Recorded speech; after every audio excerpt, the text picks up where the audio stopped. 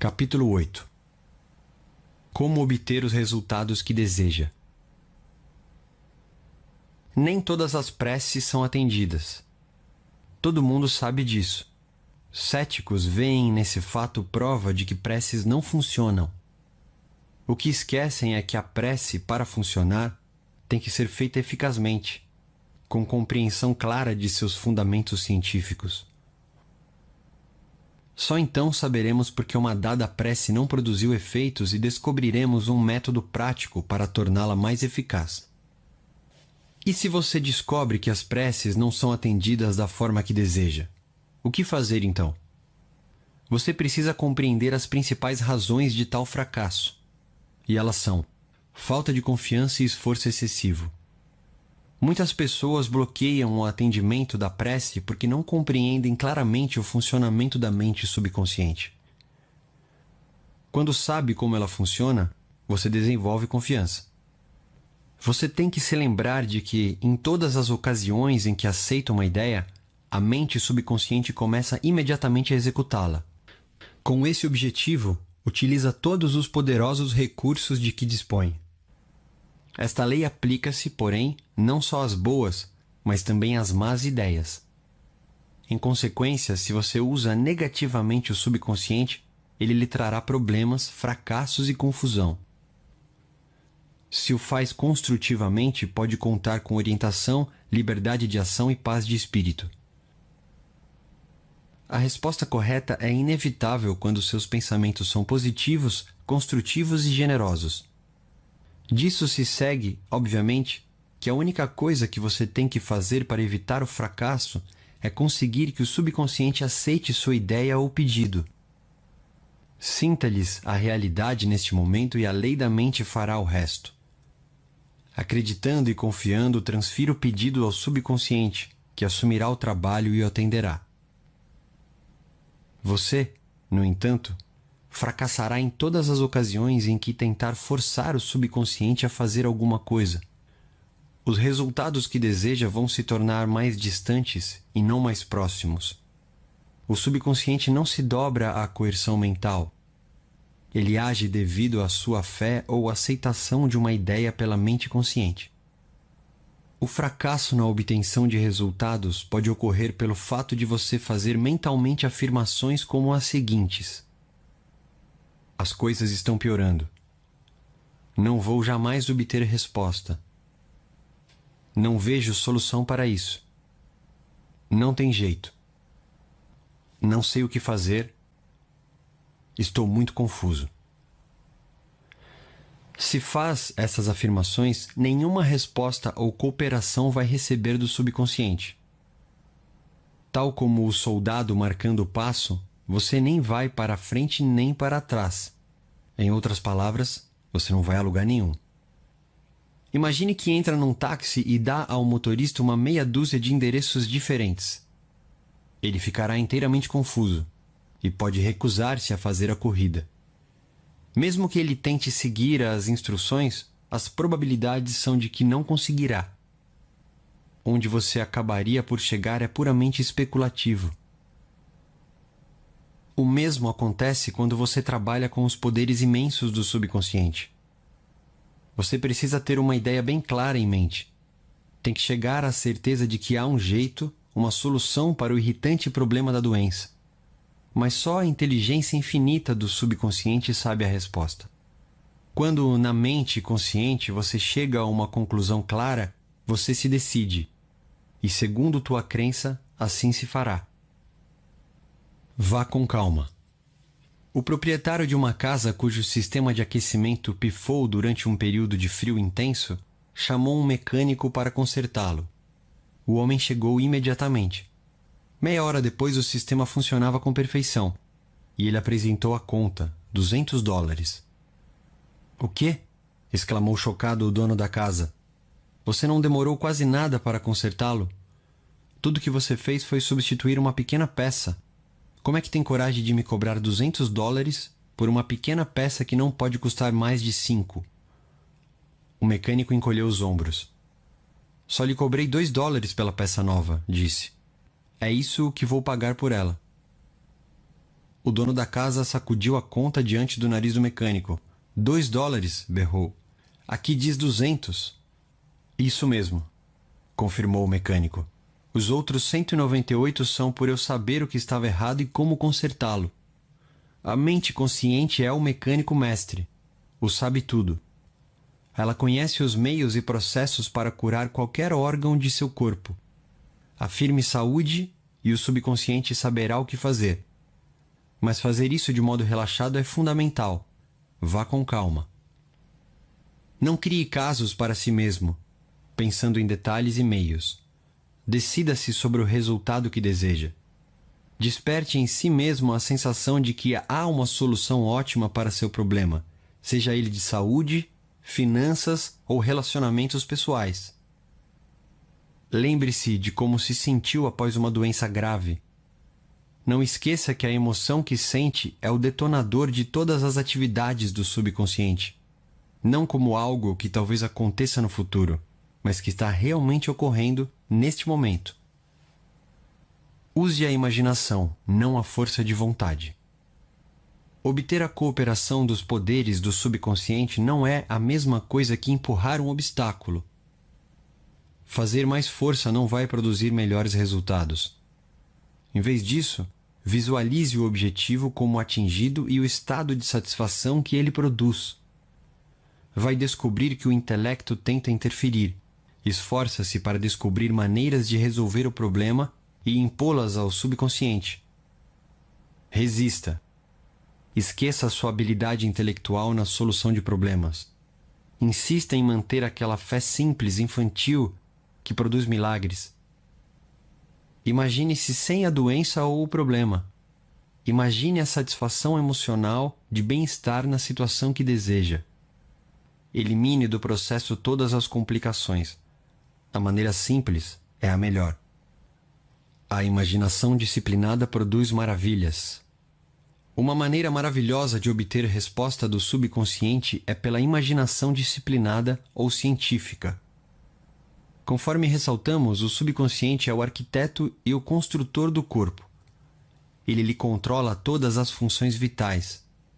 Diz a Bíblia: "E tudo quanto pedirdes em oração, crendo, recebereis." Crer é aceitar algo como verdadeiro, viver no estado de crença. Mantendo esse estado de espírito, você desfrutará a alegria da prece atendida. Os 3 passos para sucesso na oração. A oração bem-sucedida requer 3 passos básicos. 1. Reconheça ou admita o problema. 2. Transfira o problema para a mente subconsciente, a única que conhece a solução mais eficaz ou a maneira de resolvê-lo. 3. Relaxe, com a convicção profunda de que já obteve o que pediu. Dúvidas e hesitação nada mais fazem do que enfraquecer a prece. Jamais diga a si mesmo: "Como eu gostaria de ser curado" ou "Tomara que isso funcione." O sentimento sobre o que vai ser feito é o que dá o tom. A harmonia é sua. Convença-se de que terá saúde. Você se torna eficiente ao transformar-se em veículo do poder curador infinito da mente subconsciente. Com convicção total, transfira a ideia de saúde ao subconsciente. Em seguida, relaxe. Entregue-se ao poder que ele possui. E diga ao estado ou circunstância em que se encontra: "Isso também passará." Por meio do relaxamento e da convicção, você impregna a mente subconsciente. Com isso, a energia cinética que existe por trás da ideia assume o comando e a manifesta como realidade concreta. Você pode conseguir o oposto daquilo porque reza. As palestras de Émile Coué, célebre psicólogo francês, granjearam-lhe um sem número de admiradores nos Estados Unidos. Em um de seus insights mais importantes, ele disse o seguinte: "Quando desejos e imaginação estão em conflito, a imaginação invariavelmente vence." Ele dava a esse fato o nome de lei do esforço contraproducente. Vamos supor que lhe pedissem que passasse por cima de uma estreita prancha no nível do chão. Você faria isso com a maior facilidade e sem a menor dúvida.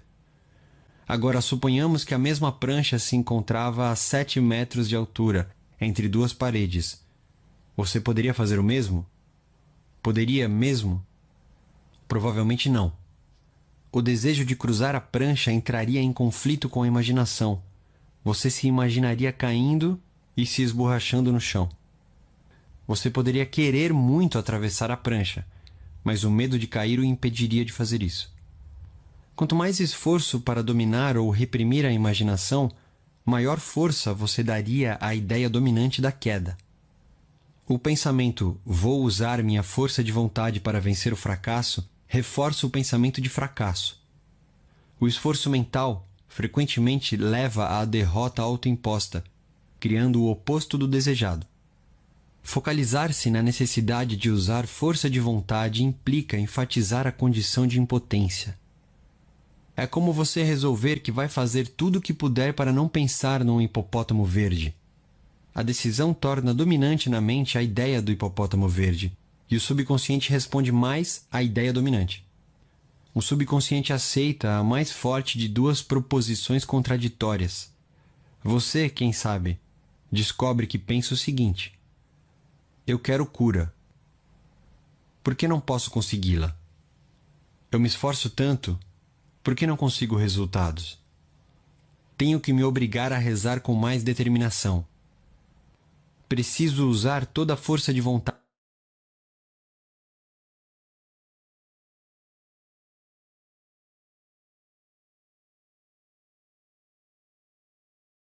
que tenho. Você precisa compreender onde está o erro. Você está se esforçando demais. Jamais tente obrigar o subconsciente a aceitar uma ideia usando de força de vontade.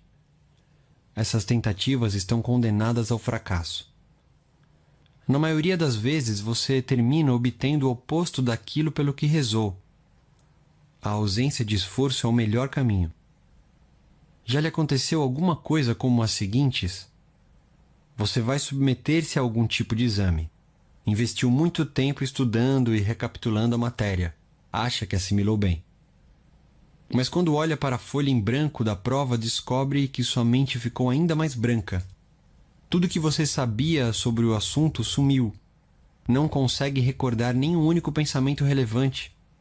Trinca os dentes e convoca toda a sua força de vontade, porém, quanto mais se esforça, mais parece que o conhecimento se afasta. Frustrado, você deixa a sala. Diminui a pressão mental. De repente, as respostas que andou procurando com tanto desespero minutos antes fluem provocadoras em sua mente. Você disse a si mesmo que sabia a matéria, e era um fato. Mas não quando precisou dela. O erro que cometeu foi tentar forçar-se a lembrar. Essa atitude levou não ao sucesso, mas ao fracasso. O que conseguiu foi o oposto daquilo por que pediu ou orou. O conflito entre desejo e imaginação precisa ser resolvido. Usar de força mental ou força de vontade pressupõe a existência de oposição. O ato de imaginar oposição, porém, cria oposição. Se você se concentra na obtenção daquilo que deseja, não se concentra mais nos meios para torná-lo realidade. A esse propósito, diz a Bíblia: se 2 dentre vós, sobre a terra, concordarem a respeito de qualquer coisa que porventura pedirem, ser-lhes-á concedido por meu Pai que está no céu. Mateus, capítulo 18, versículo 19. Quem são esses 2 de quem fala a Bíblia? Eles representam a união ou acordo harmonioso entre o consciente e o subconsciente no que interessa a qualquer ideia, desejo ou imagem mental. Se não houver conflito entre as diferentes partes da mente, sua prece será atendida.